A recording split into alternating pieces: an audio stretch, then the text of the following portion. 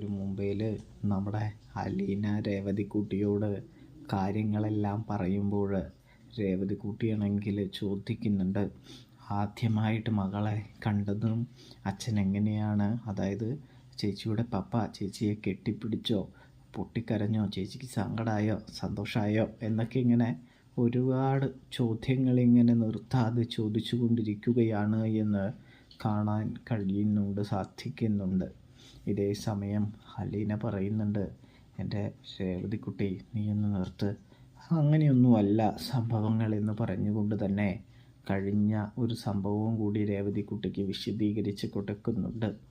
ഇതിനിടയിൽ അലീന ആണെങ്കിൽ ജോലിക്കാരെ കയ്യിലെടുക്കാൻ വേണ്ടി ജോലിക്കാരോട് സത്യങ്ങളൊക്കെ പറയാനായിട്ട് തുടങ്ങുകയാണ് എന്നും കാണാൻ സാധിക്കുന്നുണ്ട്. അവർക്കത് വിശ്വസിക്കാൻ കഴിയുന്നില്ല എന്നും